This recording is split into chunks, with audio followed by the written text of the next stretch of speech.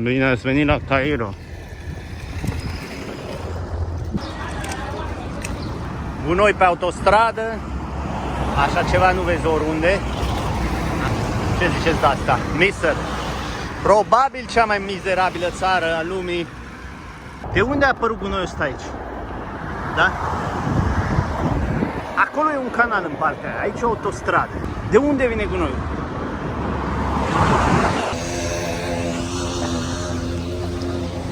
Stație de autobuze. Așa arată Alexandria.